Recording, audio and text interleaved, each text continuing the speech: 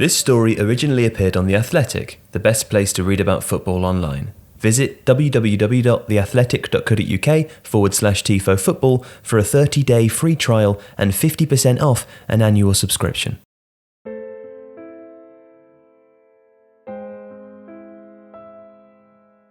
Since joining Manchester City from Atletico Madrid in 2011, Sergio Agüero has collected silverware on 9 occasions, including winning the Premier League 4 times. He is City's all-time leading scorer with a remarkable 244 goals, 15 of which have come in just 20 appearances against Chelsea.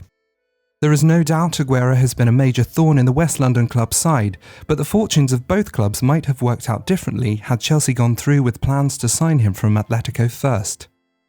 A decade ago, Aguero looked bound for Stamford Bridge. Aged just 21, he was already making a big impression in Spain, and Chelsea were looking to make a marquee signing to freshen up their attack. Nicolas Anelka finished the 2008-09 campaign as the Premier League's leading scorer. Didier Drogba was still in his pomp, and Salomon Kalou provided reasonable backup. Still, the search for long-time replacements was underway. Aguero was the one they really wanted. At the time Chelsea made their first inquiry in the 2009 summer window, he had already found the net 55 times for Atletico. The club were initially put off by the cost. Not only were the La Liga club demanding a fee in excess of £40 million, which would have been a Premier League record, but the forward's representatives were asking that he become the club's highest earner too. Things were put on hold, and then the two clubs were drawn together in the group stages of the 2009-10 Champions League. Aguero made little impression as Chelsea swept Atletico aside 4-0 at home, and perhaps some in the boardroom wondered what all the fuss was about. In the rematch at the Vicente Calderón a fortnight later, they had their answer. Aguero came on in the second half to put the hosts in front with a superb volley. A fine brace from Drogba appeared to have secured Chelsea all 3 points, only for Atletico's talisman to curl a 25-yard free kick beyond Petr Cech in the 90th minute. "I like him," Chelsea manager Carlo Ancelotti said afterwards with a knowing grin. "I think Aguero can play with Drogba for sure." Within a few weeks, negotiations had resumed, and Chelsea were getting encouraging signals from those close to the player that he would be willing to make the move. It seemed only a matter of time before a deal was completed. Yet the January window came and went with no agreement. Chelsea made an offer of £30 million, but that was significantly below Atletico's asking price. There was also a great reluctance to pay the £5 million fee his agent Bruno Satin requested for his role in the process. Despite his vast wealth, Abramovich has grown increasingly frustrated with the amount of money being spent on players' representatives over the years. This was also a period when players in the Chelsea dressing room had a lot of influence. The Athletic understands that John Terry wasn't a huge fan of Aguero's abilities and passed that opinion on to the power brokers at the club. Indeed, after playing against him on both occasions in the Champions League, Terry wasn't overly impressed by Aguero's movement.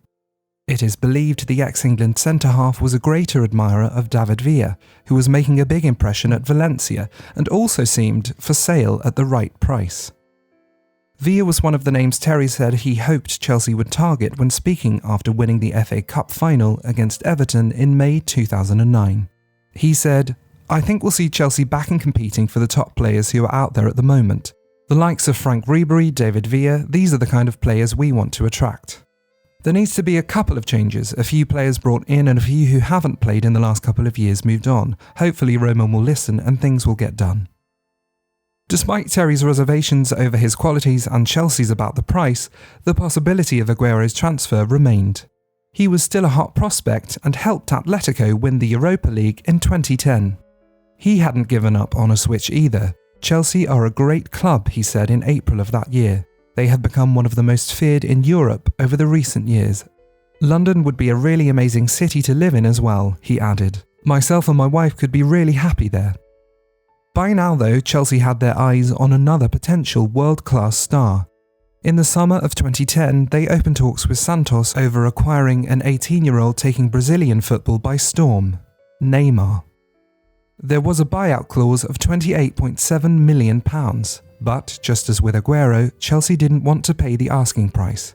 Bids of £17 million and £22 million were rejected. There were reports that personal terms had already been agreed at a meeting between the player, his agent, and Chelsea representatives in New York. Neymar's father, Neymar da Silva, made it pretty clear what was wanted. For us to go to England would be wonderful, he said. But Santos president Luis Alvaro de Oliveira Ribeiro was not happy with how things were being conducted.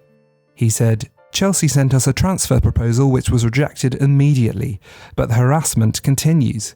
Considering the ethics which clubs are supposed to adhere to, this is completely intolerable, and Santos will go to defend its interests at FIFA." On Wednesday, there was a telephone inquiry. Chelsea got in contact with my secretary and asked for our fax number. This does not mean they have opened negotiations. Santos are not interested in selling Neymar for any amount of money. In the end, the pursuit of Neymar came to nothing. As for Aguero, the last link to him came in January 2011. When the BBC reported Chelsea had lodged a £52 million joint offer for him and defender Diego Godin. Chelsea did make an expensive double purchase a few days later that sent shockwaves around the Premier League, but neither Atletico player was involved. Fernando Torres arrived from Liverpool for £50 million, while they paid Benfica £25 million for David Luiz. It was a signal of intent that Abramovich, despite his misgivings about an overinflated market, was still willing to spend big, but it didn't pay off as far as Torres was concerned. In contrast, Aguero has been a huge success at City. Figures published by Football Leaks in 2016 suggested he ended up costing only an initial £28.5 million in the summer of 2011. Even taking into account the bonus sums triggered since, the agent's fees and the vast wages earned over the past 8 years, it has proven to be outstanding business. The script for this video, written by Simon Johnson, was originally featured on The Athletic, the best place to read about football online. Whether it's more behind-the-scenes stories, dedicated local reporting about your team, or rich storytelling from around the world, you'll find it all in one place.